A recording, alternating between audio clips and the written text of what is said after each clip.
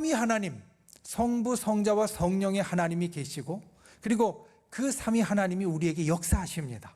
여러분 믿으십니까? 삼위 하나님이 우리에게 역사하십니다. 이분들이 어떻게 우리에게 역사하시고 덤을 주시는지 생각해 보면, 성부 하나님은 창조주이시고 전능하신 분이니까 우리에게 큰 능력으로 그런 서비스를 주십니다. 때로는 이건 진짜 안 될 거야, 이건 힘들고 어려울 거야, 이건 불가능해 라고 생각한 것들을 성부 하나님은 전능하신 역사로 우리들에게 일으켜 주시고, 분명히 안 될 거라고 생각했던 것들을 서비스처럼 덤처럼 우리에게 허락하여 주십니다.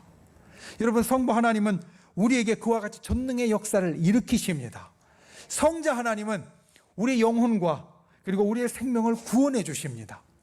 우리가 지금 사순절 기간 첫 번째 주일을 보내고 있는데, 이 사순절 기간은 예수 그리스도께서 우리를 위하여 고난받으시고 목숨까지 주신 것을 기억하고, 우리가 때로는 그 고난에 동참하면서 지내는 시간입니다.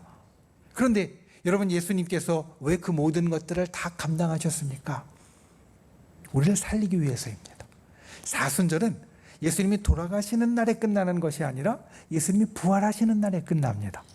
예수님이 그 모든 것들을 다 겪으신 것은 우리를 다시 살리시려고, 우리를 구원하시려고, 우리에게 덤으로 생명을 주시려고 그 모든 것들을 하셨습니다. 그러니까 성자 예수님은 우리 영혼과 생명을 구원하시고 덤의 서비스의 생명을 주시는 분이십니다. 성령님은 내 속에 계십니다. 성령 하나님은 우리와 함께 하십니다. 그래서 우리의 삶의 모든 순간에 우리를 붙잡아 주시고, 우리가 연약해지고 힘들 때 우리에게 힘을 주시고, 우리의 마음이 낙심될 때 우리를 위로해 주시고, 우리가 때로 하나님과 멀어진 것 같을 때 우리가 지지난주에 이야기한 것처럼 우리를 위하여 중보해 주심으로 하나님과 다시 회복되게 만들어 주십니다. 이게 성령 하나님이 우리 속에서 우리에게 주시는 덤, 서비스입니다. 우리는 그와 같은 것을 받아 누리는 사람입니다. 그리고 이것이 우리 인생에 제일 중요한 것입니다. 때로는 세상 사람들이 우리 믿는 사람들에게 좋은 일을 한다라고 박수치고 또 칭찬하고 존경하는 일들이 있습니다.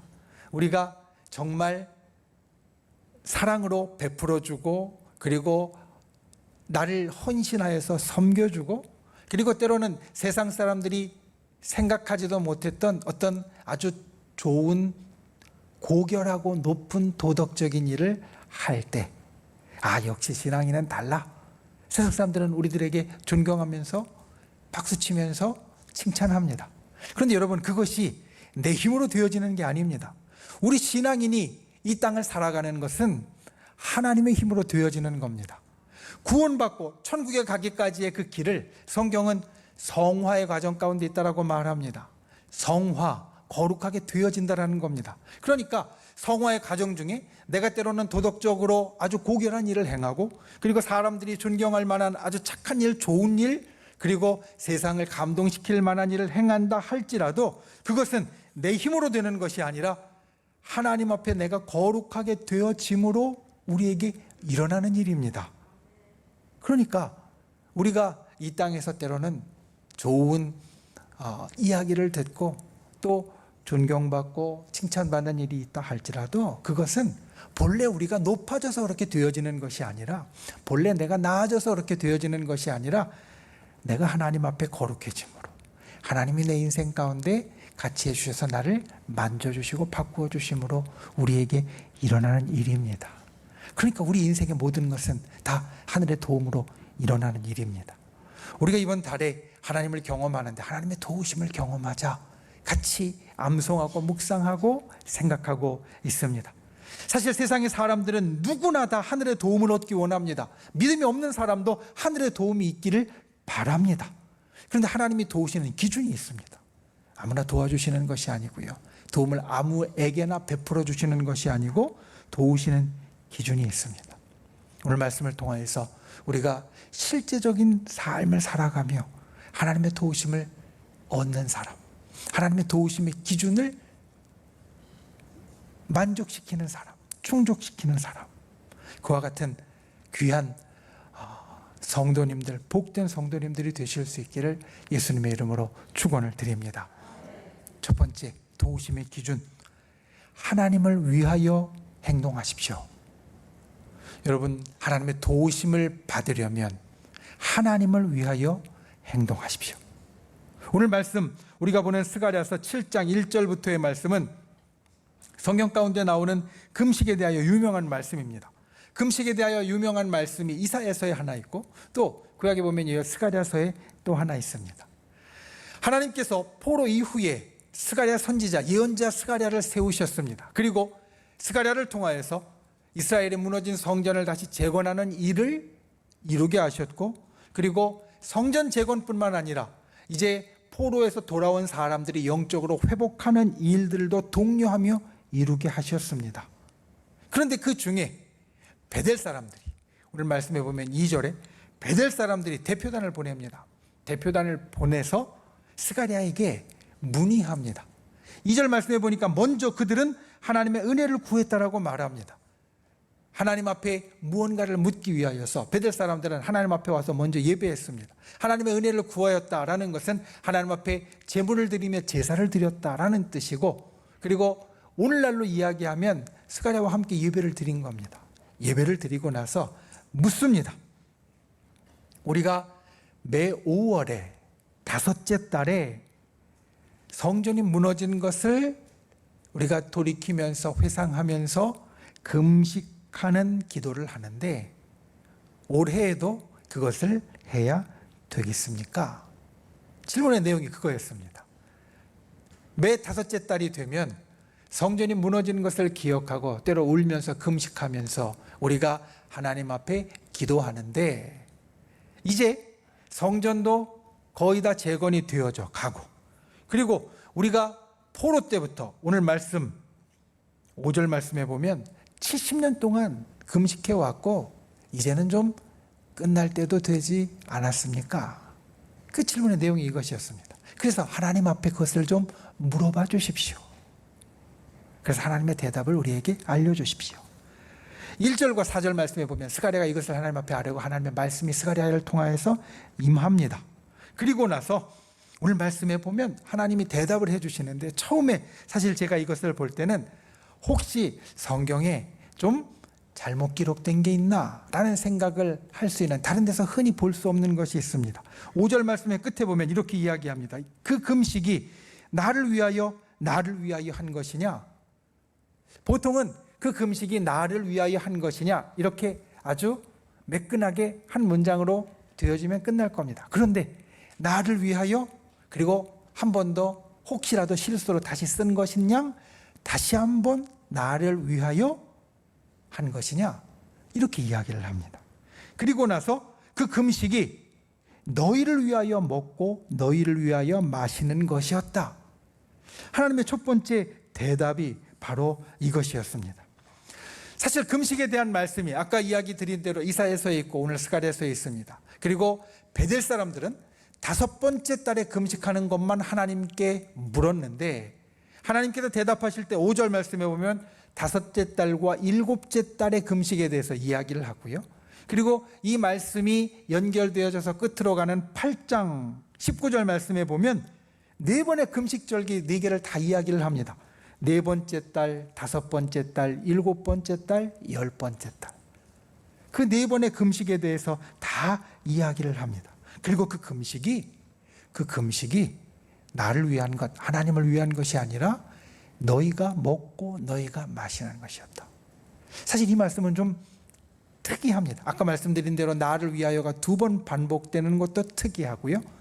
금식을 했는데, 분명히 70년 동안 금식을 했는데, 금식이라는 것은 먹지 않고 마시지 않는 것인데 너희가 먹고 너희가 마셨다라고 하나님이 이야기를 하시는 것도 특이합니다. 하나님의 말씀은 무엇이냐면, 내가 금식을 한 것이 너희를 위하여서 한 것이다. 너희가 먹으려고, 금식할 땐 먹지 않지만, 너희가 마시려고, 금식할 땐 마시지 않지만 오히려 먹고 마시려고 금식했다. 이 이야기를 하나님은 하고 계십니다. 여러분, 금식이라는 것은 나를 버리는 가장 적극적인 행동입니다. 우리가 이 땅을 살면서 하는 모든 행동들은 다 사실 살려고 하는 겁니다. 다 살려고 합니다. 먹는 것도 마찬가지입니다. 요즘은 맛있는 것이 많아서 즐기기 위해서 먹는다라는 말을 하기도 하지만 사실 먹는 것의 가장 근본은 왜 하는 것이냐면 내가 살려고, 먹어서 내 생명을 이어가려고, 연장시키려고 우리가 먹는 겁니다.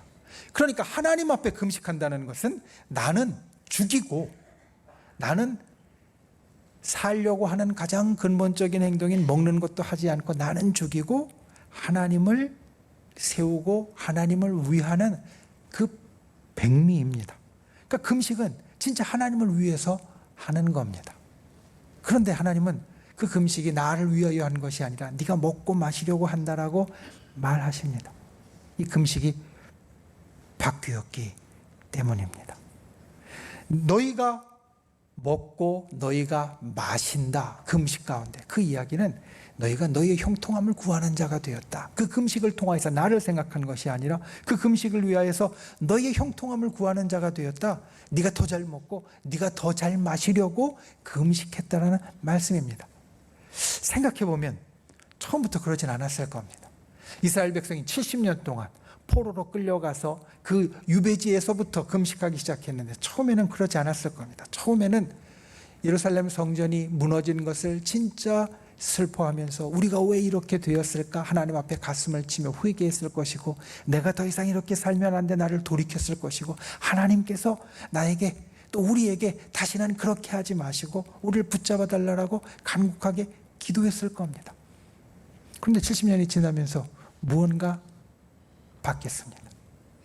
우리를 생각해 보면 알 수 있습니다. 우리도 하나님의 일을 합니다. 하나님의 일을 할 때 처음에 내가 아무리 힘들어도 하나님을 위해서 그 일을 시작을 합니다. 지금 이 시간에 식당에서 봉사하는 분들도 있고요.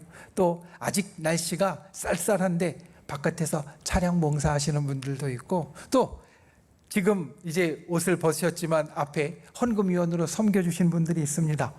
여러분, 나를 생각하면 이게 하기가 쉽지 않습니다. 그냥 주일날 와서 편하게 예배드리면 되지 식당 가서 봉사하는 거 쉽지 않고요.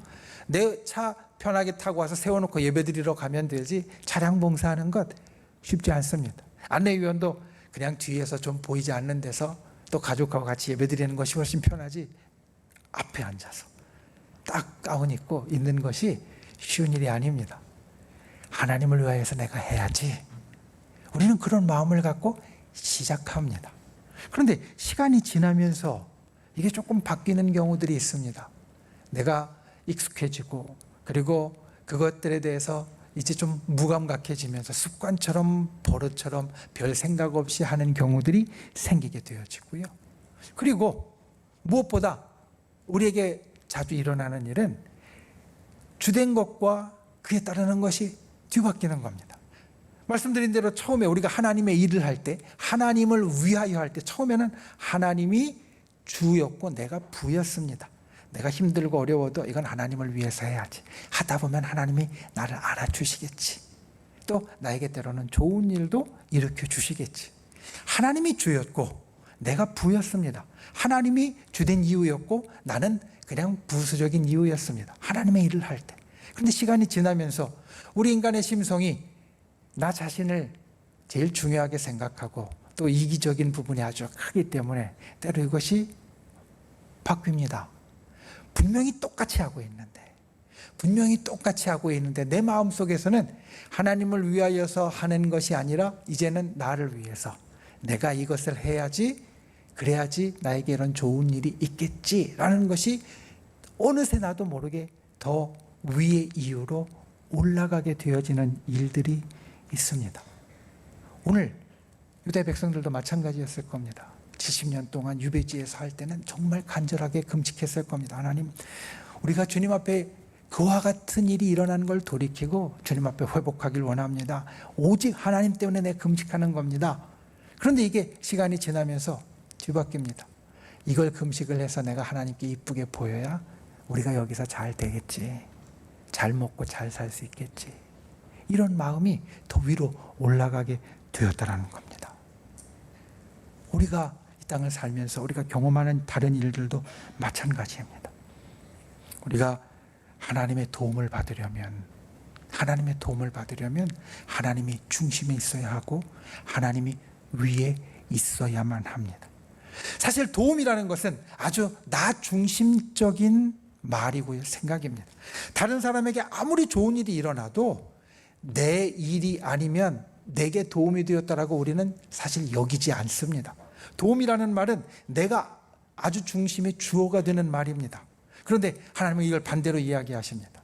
내가 너를 돕는 인생이 되려면 네가 주어이고 네가 중심에 있는 것이 아니라 내가 주어이고 내가 중심에 있어야 된다는 말입니다. 그래서 우리가 하나님을 위하여 할 때 우리에게 하나님의 도우심이 일어나게 되어진다. 오늘 말씀의 이 첫 번째를 저와 여러분이 기억할 수 있기를 원합니다. 하나님을 위하여 하는 분들이 되십시오. 무슨 일을 하든지 하나님을 위하여 행하는 분들이 되십시오. 때로 내 마음이 부단히 내 속에서 싸웁니다. 하나님을 위하여 하다가 아니야, 이건 내가 먼저 해야 돼, 내가 먼저 해야 돼, 내가 더 위로 올라가려고 부단히 싸웁니다. 그런데 그 마음을 항상 들여다보고 그 마음을 항상 잘 조절하고 그 마음을 점검하십시오. 그래서 우리가 무슨 일을 하든 하나님을 위하여 행동하는 분들이 될 때 주의 도우심의 역사가 우리에게 임합니다. 나의 형통함이 아니라 하나님을 위하여 할 때 주께서 우리를 도와주십니다. 진실로 그와 같은 은혜와 역사가 저와 여러분에게 있기를 예수님의 이름으로 축원을 드립니다. 무엇을 하든 처음의 마음대로 또는 나를 내려놓는 마음으로 하나님을 위하여 행동하는 저와 여러분, 우리 모든 성도님들이 되시기를 예수님의 이름으로 축원을 드립니다. 두 번째, 하나님의 말씀을 가까이 하십시오. 하나님의 말씀을 가까이 하십시오. 주의 도우심을 얻으려면. 오늘 말씀은 베들 사람들이 대표단을 보내서 예언자 스가랴 선지자에게 하나님의 말씀을 물었다, 이렇게 이야기를 했습니다. 그래서 6절까지의 오늘 말씀 가운데 먼저 하나님을 위하여 일을 하여야 된다, 하나님이 이렇게 대답해 주셨습니다. 그리고 나서 7절 말씀에 보면 또 하나의 대답을 해 주시는데 이렇게 이야기하십니다. 예루살렘과 사면 성읍에 백성이 평온히 거주하며 남방과 평원에 사람이 거주할 때 여호와가 옛 선지자들을 통하여 외친 말씀이 있지 않으냐. 자, 사람들은 스가랴 선지자에게 와서 물었습니다. 이제 상황이 바뀌었으니까, 성전이 무너졌었는데 성전도 거의 다 세워져 가고, 그리고 우리가 70년 동안 금식하면서 애통한 것 이제 좀 끝날 때가 된 것 같으니까 하나님의 새로운 말씀을 우리에게 전해 주십시오, 이렇게 와서 요청을 했습니다. 그런데 오늘 7절 말씀을 보니까 하나님은 스가랴 선지자를 통해서 어떤 대답을 주셨느냐. 예전에 이미 너희가 잘 살 때, 지금 보면 예루살렘과 사면 성읍의 백성이 평온히 거주할 때는 망하기 전을 이야기합니다. 괜찮게 잘 살 때, 남방과 평원에 사람들이 잘 살고 있을 때 내가 이미 옛날에 너희에게 준 말씀이 있지 않느냐. 그 말씀을 보면 된다라는 겁니다. 새로운 것을 구했는데 하나님은 뭐라고 말씀하시냐면 예전에 너희에게 준 말씀을 보아라. 그리고 나서 오늘 본문 다음에 있는 8절, 9절, 10절에 보면 금식에 대해서 하나님께서 이사야 선지자를 통해서 이사야서 58장에 주신 말씀을 다시 한번 가르쳐 주십니다. 내가 기뻐하는 금식은, 너희가 진짜 해야 될 금식은 단순히 음식만 먹지 않는 것이 아니라 오늘 9절부터 이어지는 말씀처럼 진실하게 재판하고 인애와 긍휼을 베풀고 고아와 나그네와 궁핍한 자를 압제하지 않고 서로 해하는 마음으로 도모하며 상대방에게 나쁘게 하지 않는 것이 금식에 대한 내 가르침이지 않았느냐. 이걸 다시 일러주신다는 겁니다. 하나님의 말씀은 무엇이냐. 이미 내가 너희에게 가르침을 주었는데 그 가르침은 전해주신 말씀에 다 기록되어져 있는데 너희가 새로운 말씀을 찾을 이유도 없고, 그리고 사실 예전부터 그 말씀을 잘 지키고 행했다면 금식할 이유도 없었을 것이다, 이 말씀입니다. 여러분, 하나님은 어떤 인생을 도우십니까? 우리가 이달에 암송하는 요한일서 3장 22절 말씀을 보면 그 앞에서 기뻐하시는 것을 행하는 인생을 돕는다라고 말씀하십니다. 하나님이 기뻐하시는 것을 행하는 인생을 하나님께서 구하는 바를 얻는 인생이다. 하나님의 도움을 받는 인생이다 말씀하십니다. 그리고 듣는 것으로도 충분하지 않고 우리에게 필요한 것이 말씀을 묵상하는 겁니다. 묵상은 어떤 것이냐면 그 말씀에 깊이 들어가는 겁니다. 이게 이런 뜻일까? 내 생활에는 이런 것으로 말씀하시는 것일까? 그 말씀의 뜻을 깊이 찾아보는 묵상이 필요합니다. 그리고 묵상을 하고 난 다음에 멈춰서는 안 됩니다. 무엇이 있어야 되냐면 결심해야 됩니다. 자, 오늘 여러분들이 스가랴서의 말씀을 보았고 저를 통해서 말씀을 들었습니다. 묵상하면서 아 그래, 목사님이 주신 대로 우리가